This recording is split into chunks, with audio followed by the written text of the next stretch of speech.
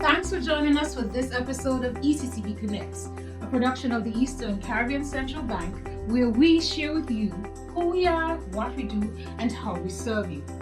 This week, we share highlights of the presentation of the Communique coming out of the 107th meeting of the ECCB Monetary Council, as presented by Chairman of the Council, the Honourable Camillo Gonsalves. Stay connected with us and join us for more after this message. Register and secure your spot at the 8th Annual Growth and Resilience Dialogue. Explore new emerging trends and accelerate your learning. Dynamic leaders will take you on a deep dive into 2 master classes covering design thinking, a creative approach to problem solving, and strategies for successful business innovation in the Caribbean. Panel discussants will engage you on how to nurture a culture of innovation that leads to disruptive new products and services. And that's not all. Live AI demonstrations in healthcare, agriculture, education, finance, and the creative arts will take you to a higher level. Learn from Caribbean entrepreneurs and creatives on breaking through barriers to make it on the international stage. As a region, we cannot change our history and we cannot change our geography. But together, we can elevate our development trajectory through innovation and collective action. Let's do it. Online attendees will also have an opportunity to win an early bird registration prize valued at $2,700 EC if their registration is received on or before the 30th of March 2024. Visit the ECCB's 8th Growth and Resilience Dialogue webpage to register and secure your spot today.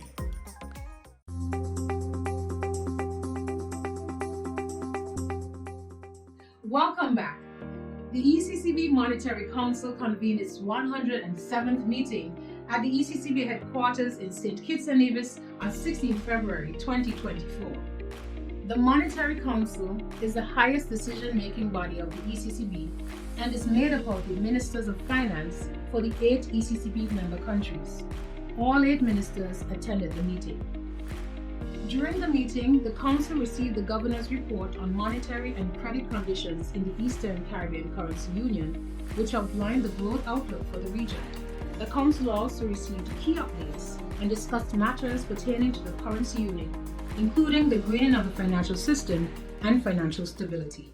The Governor's report indicated that the post-COVID global economy, which saw better than expected 2023, has shown resilience and that resilience is forecast to continue into 2024.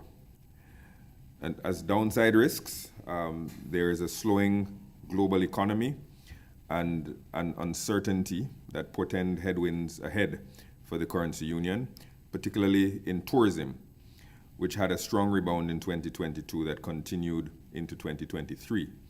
The International Monetary Fund forecast in its January 2024 World Economic Outlook update that global GDP is likely to grow by 3.1% in 2024, which is an unchanged growth rate from the previous year. Other downside risks include geopolitical and inflationary pressures. Consumer and food prices eased in 2023 and are forecast to continue doing so in 2024. Fertilizer prices have also moderated from their 2022 highs. However, the last mile in the fight against inflation remains a challenge. For instance, shipping disruptions and delays in the Red Sea have caused a spike in shipping costs, and shipping is a challenge throughout the globe at the moment, from the drought in the Panama Canal to uncertainties in the Middle East and beyond. Here in the Eastern Caribbean Currency Union, the growth outlook is positive. The economy continues to expand and inflation is abating.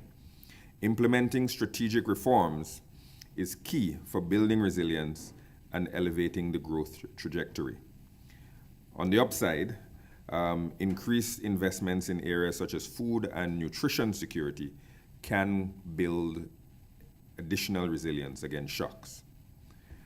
Monetary, credit, and financial conditions in the currency union remain stable and accommodative, as well as conducive to the stability of the currency. The current backing in respect of foreign reserves is 95.13% as of the 9th of February 2024, up from 94.8%, which was reported in the 106th meeting, which was held in November of last year. Having considered the state of monetary, financial, and credit conditions in the currency union, and on the recommendation of the governor, the Monetary Council agreed to first maintain the minimum savings rate at 2%, and second, maintain the discount rate at 3% for short-term credit and 4.5% for long-term credit. The Monetary Council increased the central bank's discount rate by 100 basis points, or 1%, moving from 2% to 3% for short-term credit and from 3.5% to 4.5% for long-term credit in the meeting that we held last November. Those were the first rate hikes since the discount rate and long-term lending rate were lowered in April 2020 and February 2021, respectively, in response to the challenges of the COVID pandemic. The minimum savings rate is the lowest rate that commercial banks can offer on savings deposits, and the central bank discount rate is the rate at which the Eastern Caribbean Central Bank lends to governments and to commercial banks. On the issue of financial stability, the Monetary Council was advised of the following developments in the financial sector. First, that the currency union banking system remains resilient and stable with a high degree of liquidity. Excess liquidity levels have been trending down as local banks manage their balances by investing overseas to take advantage of higher interest rates.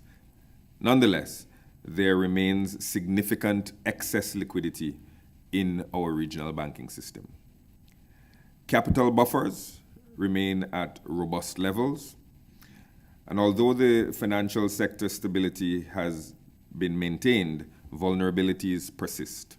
The non-performing loan ratios of commercial banks and credit unions remain elevated at 12.2% for commercial banks and 7.8%, well above the 5% benchmark.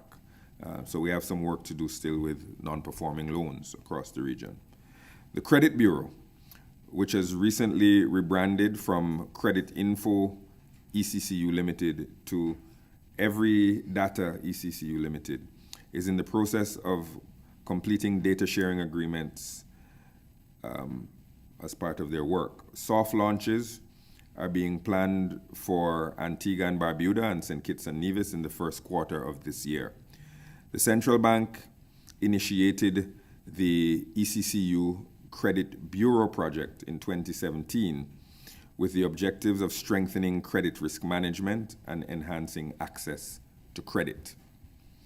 On the issue of financial and debt sustainability, fiscal performance improved in 2023 in tandem with the economic recovery, placing the currency union back on the path towards debt sustainability.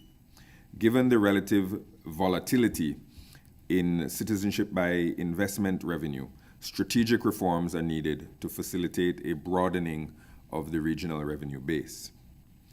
On the issue of growth and competitiveness, the growth outlook remains positive across the board in the Eastern Caribbean Currency Union, with tourism expected to continue leading the economic recovery throughout 2024, as it did in 2023. Indeed, tourism has rebounded to pre-pandemic levels, with revenues in the first 3 quarters of 2023 surpassing revenues in 2019 over the same period. On the issue of financial inclusion, the Council was updated on the closure, effective 12th of January 2024, of the DCash pilot project. The DCash pilot, which began on the 31st of March 2021, provided crucial information for further innovation and the transition to DCash 2.0, a more advanced and user-friendly version that will enhance utility for users, including businesses and financial institutions. The Monetary Council was updated on implementation of the central bank's Greening the Financial System initiative. The program is advancing apace across the 3 project work streams, namely Green Finance Network, Climate Risk Stress Testing and Assessment Framework, and Renewable Energy Financing Solutions via the planned Regional Renewable Energy Infrastructure Investment Facility project. We received reports on BICO, CLICO, ECMC, ECPCGC, and ECSRC. Those are mouthfuls, lots of letters there. The Monetary Council received a report from the Core Committee on Insurance. The Core Committee is charged with advancing efforts to bring resolution for ECCU policyholders of the failed insurance companies British American Insurance and CLICO Life Insurance Limited. Council agreed to continue its efforts to resolve the outstanding matters and facilitate an additional payout to the ECCU policyholders. And now for this week's financial tip. Always write down the grocery list before you go shopping and make sure you stick to it. This will stop you from impulse buying and could save you hundreds of dollars each year. Here's where we ended this week's episode of ECCB Connects, where we shared excerpts of the presentation of the Communique coming out of the 107th meeting of the ECCB Monetary Council. To view the full Communique, visit our website or check us out on social media. Thanks so much for watching, and be sure to join us next week when we bring you another episode of ECCB Connects.